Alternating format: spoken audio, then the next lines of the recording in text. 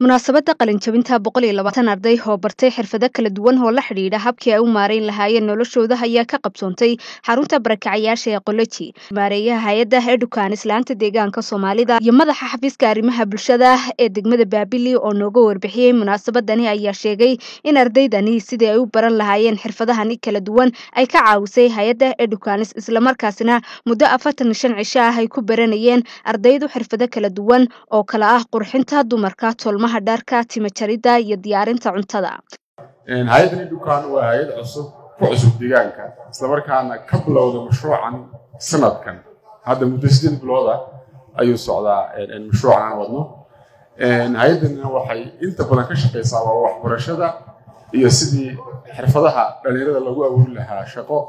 isla markaana loo bari lahaa xirfado kala duwan marka mashruucii ugu horeeyay waxaanu ka bilownay Baabili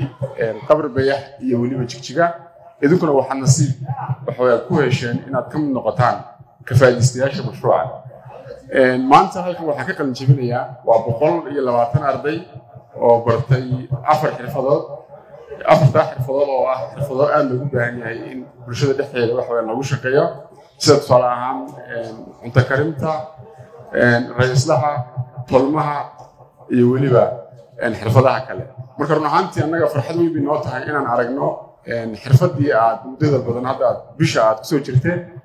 inaad maanta gabagabaysaan isla markaana aad aragtaan waxa weeyaan idinkoo shahaadooyinkiina qaadanaya annaga farxad weyn bay noo tahay kayd ahaan annagu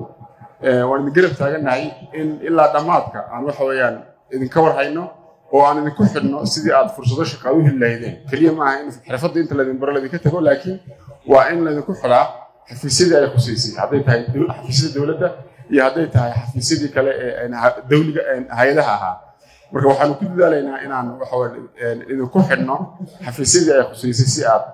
shaqo abuur idinku sameeyo dhalinyarta ka dambaysana si ay shaqo abuur u hesho idinka la idin siiyay inaad ka midho dhalisaan baan horta odhan lahaa marka koowaad oo aad noqotaan wixii la idin baray iyo cilmigii la idin baray inaad ka dhigtaan علمي إذن كايدن أنفعه شعبك يبلشوين تا ديجان كان أنفعه إنا النقدان إيان رجينا يا أمريكا كوبات تندرون له وتمويان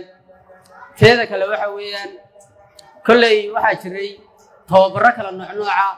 وأنتم مشروع عن السعودية لذي سينا يا شري أو دول البلد أو أها لينك النبتقلية ذا أو لذي كسية يا شري أنو قادناي sidoo kale dhanka deegaanka xaalufinta deegaanka sidoo kale tababar la idin siiyay jiray marka waxay noqonaysaa tababaradii la idin siiyay iyo xirfadan la idin barayba inaad uga faa'iideysaan bulshooyinka barakaca iyo kuwa deegaankaba inaad uga faa'iideysaan bay noqonaysaa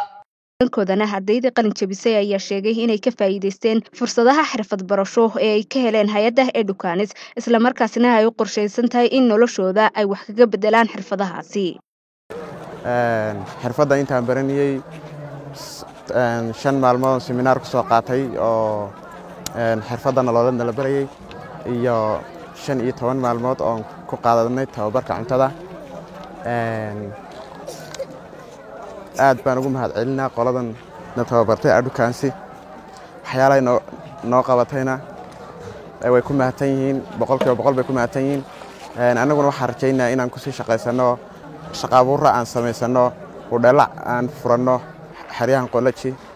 anagoo soo xiran 5 qof ama 10 qof mid kay noqotaba imikana waxa weeyaan faa'iido weyn baan ka haynaa natiijo weyn waan ka gaarnay inaan baranano waan u go'aan qaadanay